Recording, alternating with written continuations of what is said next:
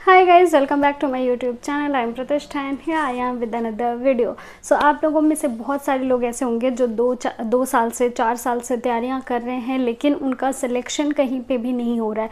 वहीं आप और लोगों को देखते हैं जो आपसे ज़्यादा पढ़ने में तेज भी नहीं है, लेकिन उनका सिलेक्शन एक बार में ही हो जाता है या 2 बार में ही हो जाता है। तो आखिर कमी या फिर डिफरेंस कहाँ पे आता है? तो सबसे बड़ा डिफरेंस यही है कि जिनका सिलेक्शन हो जाता है वो बहुत ही फोकस्ड पढ़ाई कर रहे होते हैं। फोकस्ड मतलब उनको पता है कि क्या पढ़ना है और क्या छोड़ना है। तो आज मैं इस वीडियो में आपको कुछ टिप्स दूंगी जिनको यूज़ करके आप भी अपने एक ही साल की तैयारी में, कुछ महीनों की तैयारी में ही इतनी फोकस्ड तैयारी करेंगे आप कि आपका सिलेक्शन पक्का हो सकता है। तो आइए वीडियो शुरू करते हैं। उससे पहले मैंने आपको प्रॉमिस करा ही था पहले भी कि मैं कोशिश करूँगी कि ज़्यादा से ज़्यादा वीडियोज़ आपके लिए लाती रहूँ। तो आई होप कि आप सारे वीडियोज़ को फॉलो अप कर रहे हैं, देखते रहिए। और शॉर्ट्स में मैं काफ़ी सारे सवालों के जवाब देती हूँ और शॉर्ट्स का शायद सभी के पास नोटिफिकेशन नहीं जाता है। तो आप मेक श्योर कीजिए कि चैनल पे जाके आप शॉर्ट्स थोड़े देख लिया कीजिए, जिससे कि अगर मे बी वो आपका क्वेश्चन हो तो आपको उसका आंसर मिल जाएगा। अगर आपको नोटिफिकेशन नहीं आता है या फिर आपने बेल आइकॉन नहीं प्रेस करा है या नोटिफिकेशन आपको आता ही नहीं है, तो आप टेलीग्राम चैनल से या ग्रुप से जुड़ सकते हैं। उसका लिंक आपको डिस्क्रिप्शन बॉक्स में मिल जाएगा। वहाँ पे मैं सारे वीडियोस भेज देती हूँ जो भी मैं अपलोड करती हूँ। तो वहाँ से भी आपको मतलब पता चल जाएगा कि कौन सी वीडियो मतलब लाइव हुई है। तो अगर आप ये काम की होगी तो आप देख सकते हैं। तो आइए अब फाइनली वीडियो शुरू करते हैं। तो सबसे पहला जो टिप है वो उसके बारे में मैं बताऊंगी। बहुत ही कॉमन चीज़ है, लेकिन फिर भी 99% लोग यहीं पे मिस्टेक करते हैं। वो क्या है कि जब भी आप एग्ज़ाम देते हैं तो एग्ज़ाम दे के आपका हो जाता है, उसके बाद आंसर की आती है, आप मिला लेते हैं कि ओ मेरा तो 110 ही नंबर आया, 100 नंबर आया, और दुखी हो जाते हैं। उसके बाद रिज़ल्ट आता है तो हमेशा की तरह फेल हो जाते हैं। तो ऐसा आपको नहीं करना है। जब भी आपका कोई भी आपने एग्ज़ाम दिया है, जब भी उसका आंसर की आया या रिज़ल्ट आया, जब भी ये बताया गया कि आपने कितने क्वेश्चन सही किए हैं, कितने गलत किए हैं, तो उस पर आपको ध्यान लगाने की बहुत ज़रूरत है। उस पर आप देखिए कि आपने किस सेक्शन में गलतियाँ ज़्यादा करी हैं, कौन सा सेक्शन है या सब्जेक्ट है जिसमें आपको कम आंसर आते हैं, कौन सा ऐसा टॉपिक है उस सेक्शन में जिसके क्वेश्चंस आपको बझा देते हैं। तो वो चीज़ें आपको लिखने की ज़रूरत है कि भाई मेरा ये चीज़ जो है वो कमज़ोर है, क्योंकि बार बार मुझे इसी में ही प्रॉब्लम होती है। वो रीजनिंग हो सकता है, करंट अफेयर्स हो सकता है, जीएस हो सकता है, इंग्लिश का कोई एक पर्टिकुलर सेक्शन हो सकता है। तो वो चीज़ें जब आप लिखेंगे ना तो आपको अपनी गलती एकदम अच्छे से पता होगी और फिर ही आप उस पर काम कर पाएंगे। एकदम डॉक्टर की तरह सोचिए। अगर आप डॉक्टर के पास गए तो वो कोई भी दवाई थोड़ी दे देगा जो जेनरिक दवाई सभी को देता है। वो पता लगाता है ना कि आपके पूरी बॉडी में से कहाँ पे प्रॉब्लम है। जब उसको ये पता चलता है और क्या प्रॉब्लम है, तभी वो उस चीज़ की दवाई देता है। तो ऐसे ही अपने आपके डॉक्टर बनिए, अपनी पढ़ाई के डॉक्टर बनिए, और आपको ऐसे पढ़ना है कि नेक्स्ट बार आपकी जो तैयारी है वो हो जाए। सेकेंड चीज़ कि आपको जब आप मॉक टेस्ट कर रहे हैं तो सिर्फ टेस्ट मत दीजिए। सिर्फ ये मत देखिए कि आपके इतने नंबर आ रहे हैं, मेरे कम नंबर आ रहे हैं, कम नंबर आ रहे हैं, कम नंबर आ रहे हैं, ऐसा नहीं करना है आपको।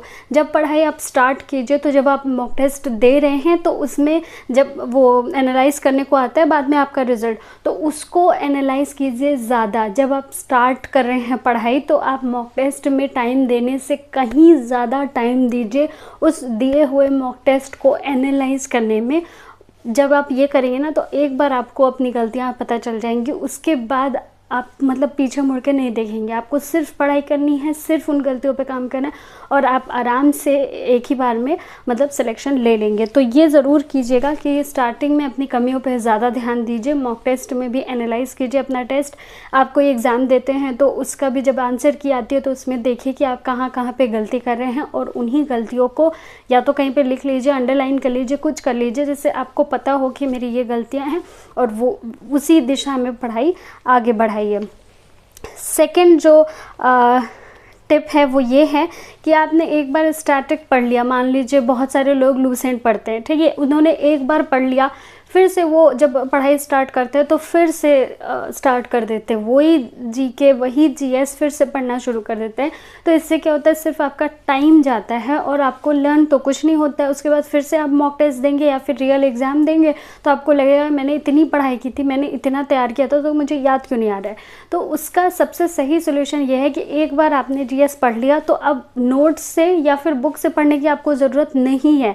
कब तक, जब आप मॉक टेस्ट दीजिए या कोई एग्ज़ाम दीजिए, जब आप देखेंगे कि अच्छा जीएस के इस पोर्शन से क्वेश्चन आया है, मैंने पढ़ा था लेकिन मुझे याद नहीं है, तब जाके उसी पर्टिकुलर टॉपिक को पढ़िए। इससे क्या होगा कि आपका सही दिशा में रिवीजन भी हो जाएगा, जैसे क्वेश्चंस आ रहे हैं उस हिसाब से आपका रिवीजन भी हो जाएगा, प्लस आपको ये भी पता चल जाएगा कि किस हिसाब से क्वेश्चंस दिए जाते हैं। तो आप जो मतलब फालतू चीज़ें पढ़ने से काफ़ी ज़्यादा बच जाओगे। तो ये बहुत ही अच्छा तरीका होता है, इसको एक बार इस्तेमाल करके देखिए, आपको बहुत बहुत ही ज़्यादा इम्प्रूवमेंट अपने अंदर दिखेगा। थर्ड जो टिप है वो ये है कि आपको एग्ज़ाम देने हैं, बहुत सारे एग्ज़ाम्स देने हैं। देखिए, दो टाइप के लोग होते हैं, एक वो होते हैं जो सारे एग्ज़ाम देते हैं, मतलब कोई भी वैकेंसी आई उसमें फॉर्म फिल करते हैं, और कुछ लोग ऐसे होते हैं जो सिर्फ एक एग्ज़ाम पे फोकस करते हैं। तो देखिए, एक एग्ज़ाम वाले भी अच्छे होते हैं कि भाई मुझे बस यही करना है तो मैं इसी में सारा एनर्जी लगा देता हूँ। लेकिन आज जैसा वैकेंसी का सिस्टम हो गया है और जैसा अपॉइंटमेंट का सिस्टम हो गया है, तो आजकल गवर्नमेंट जॉब लेने के लिए आपको काफ़ी मशक्क़त करनी पड़ती है। तो मैं तो आपको यही सजेस्ट करूँगी, भले ही आपका सपना एक ही हो, लेकिन आप एग्ज़ाम सारे दीजिए, बहुत सारे एग्ज़ाम दीजिए। लेकिन यहाँ पे आपको ये समझने की ज़रूरत है कि तैयारी सिर्फ आपकी एक ही एग्ज़ाम की होनी चाहिए। तैयारी आप एक ही एग्ज़ाम के इर्द गिर्द करो, बाकी सारे एग्ज़ाम्स दो, वो उसी में आपका कहीं ना कहीं सिलेक्शन हो जाएगा। एक ही तैयारी हर जगह काम आती है। लोग क्या करते हैं, जब कोई अलग वैकेंसी आती है तो कभी उसका पढ़ना शुरू कर देते हैं, कोई अलग वैकेंसी आ गई उसका पढ़ना शुरू कर दिया, कुछ और आ गया उसका पढ़ना शुरू कर दिया। तो हमेशा ऐसे करते हैं और उनका फाइनली कहीं भी सिलेक्शन नहीं होता है। अगर आप एसएससी स्टेनोग्राफर बनना चाहते हैं तो इसके साथ और भी ज़्यादा एग्ज़ाम्स दीजिए, हो सकता है किसी और में ही आप पास हो जाए, लेकिन मेन आपका जो तैयारी होना चाहिए वो एक ही एग्ज़ाम के लिए होना चाहिए। बहुत सारे लोग पूछेंगे कि और एग्जाम्स में तो मैथ्स आता है, वो क्या करें। तो आप मेनली पढ़िए 3 सब्जेक्ट्स, रीजनिंग पढ़िए, जीएस पढ़िए और इंग्लिश पढ़िए। मेनली ये आपके सब्जेक्ट होने चाहिए। कभी कभार आप मतलब दिन में 1 घंटा निकाल लीजिए, उस टाइम में मैथ्स पढ़िए। तो इससे क्या होगा, आपका जो मेन फोकस होगा वो एसएससी स्टेनोग्राफर का होगा और आपको मतलब मैथ्स भी धीरे धीरे आती रहेगी। तो इस तरह से आपको करना है। ये मत करिएगा कि जब जब एग्ज़ाम आ रहे हैं तो कभी वो पढ़ रहे, कभी वो पढ़ रहे, कभी वो पढ़ रहे। इससे आपका सिलेक्शन जल्दी हो जाएगा।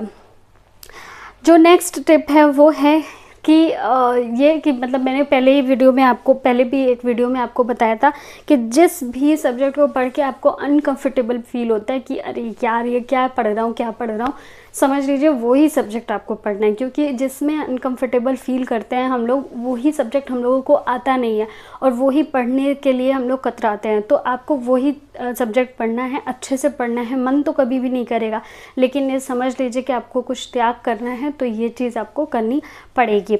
अब बात करते हैं फाइनल टिप की, जो कि आप में से 90% लोग करते हैं, मुझे अच्छे से पता है। वो क्या है कि जब एग्ज़ाम सर पे एकदम आपके आ जाता है तब आप वो चीज़ पढ़ना स्टार्ट करते हैं। तो इस चीज़ से प्लीज़ आप निकल जाइए।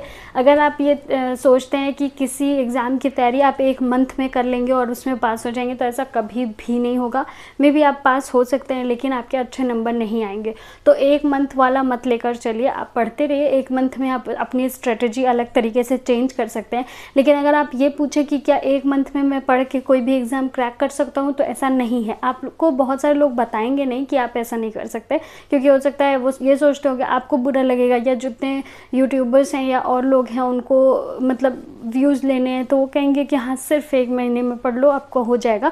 लेकिन ऐसा नहीं हो सकता है। अगर आप पहले से पढ़ते आए हैं तब 1 महीने में आप और ज़्यादा तैयारी करेंगे तभी हो सकता है। तो अब ये छोड़ दीजिए कि जब एग्ज़ाम एकदम सर पे आ जाए तब पढ़ाई स्टार्ट करूँगा या तब स्टार्ट करूँगी। एग्ज़ाम के बहुत पहले से आपको पढ़ना बहुत ज़रूरी है। तो आई होप कि आपको ये वीडियो अच्छा लगा होगा, हेल्पफुल होगा। अगर मैंने कोई पॉइंट छोड़ दिया तो आप सजेशन के तौर पे लिख सकते हैं कमेंट बॉक्स में, और कैसा लगा वीडियो ये भी बता सकते हैं। मिलते हैं नेक्स्ट वीडियो में, तब तक के लिए नमस्कार।